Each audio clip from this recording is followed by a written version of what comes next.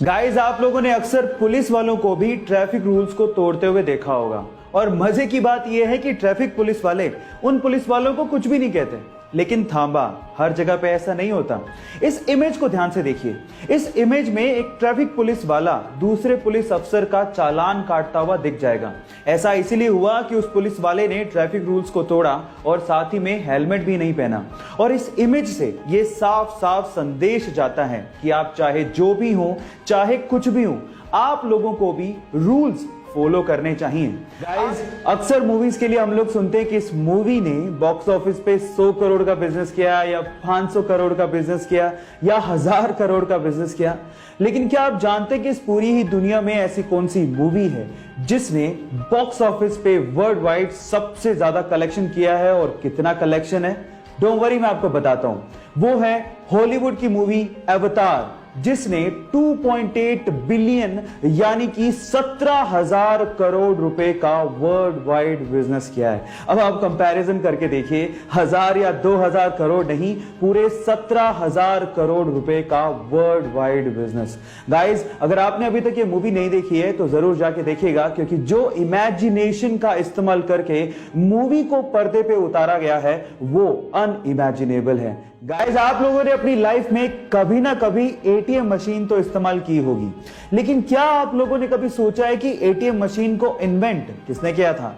Don't worry, मैं आपको बताता हूं। एटीएम मशीन को इन्वेंट करने वाले बंदे का नाम था जॉन शेफर्ड बेरॉन। लेकिन इसके अलावा एक इंटरेस्टिंग फैक्ट और है। जब उसने एटीएम मशीन को इन्वेंट किया था तो 6 डिजिट का पासवर्ड सिस्टम उसने रखा था, लेकिन उसकी वाइफ को एक्चुअली 6 डिजिट का पासवर्ड कभी याद ही नहीं रहता था। हाँ, इनिशियली 4 डिजिट याद रह जाते थे और इसी वजह से 6 डिजिट का पासवर्ड सिस्टम बदल के उसने 4 डिजिट का पासवर्ड सिस्टम कर दिया, जो कि आज हम लोग इस्तेमाल भी करते हैं। तो उसकी वाइफ की वजह से हम लोग 4 डिजिट का पासवर्ड सिस्टम इस्तेमाल करते हैं। ऐसी घटना है साल 2015 की, जब बेंजामिन नामक एक अमेरिकन ने रेड बुल कंपनी के ऊपर केस फाइल कर दिया। और केस में उसने ये कहा कि मैं पिछले 10 साल से रेड बुल पी रहा हूं, लेकिन मेरे तो कोई विंग्स यानी कि पंख आए ही नहीं।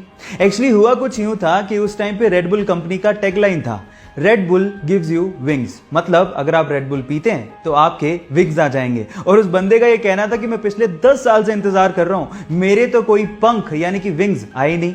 और एक्चुअली कोई मजाकिया केस नहीं था। सच में रेड बुल कंपनी को इस चीज के लिए उस बंदे को $13 मिलियन यानी कि लगभग 90 करोड़ रुपए का हर्जाना देना पड़ गया था। है ना इंटरेस्टिंग फैक्ट? सिगरेट हमारे स्वास्थ्य के लिए बहुत ज्यादा हानिकारक होती है और उसे हमें नो डाउट कभी भी कंज्यूम नहीं करना चाहिए। लेकिन क्या आपने कभी गौर किया है कि लोग जब सिगरेट पीने के बाद बचे हुए छोटे से टुकड़े को सड़क पे फेंक देते हैं तो वही छोटा सा टुकड़ा चिड़िया उठा के लेके जाती है। पर सवाल यह है कि चिड़िया उस टुकड़े का करती क्या है? थांबा, वो पीती नहीं है। एक्चुअली चिड़िया उस छोटे से टुकड़े को ले जाके अपने घोंसले में रख देती है ताकि परजीवियों को यानी कि पैरासाइट्स को वो भगा सके।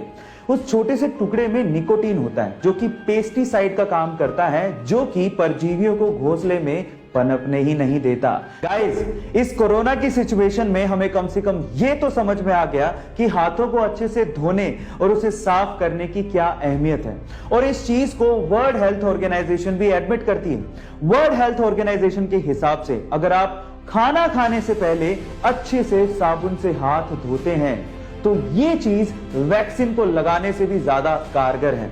वर्ल्ड हेल्थ ऑर्गेनाइजेशन ये कहती है कि सिर्फ इतनी सी हैबिट से, अच्छे से हाथों को साफ करके खाना खाने की हैबिट से आप 70% बीमारियों को रोक सकते हैं। है ना इंटरेस्टिंग फैक्ट? सो अगली बार जब भी आप खाना खाएं तो प्लीज आप अच्छे से हाथ जरूर धो लें और इसी से ही हम बहुत सारी बीमारियों को दूर भगा सकते हैं।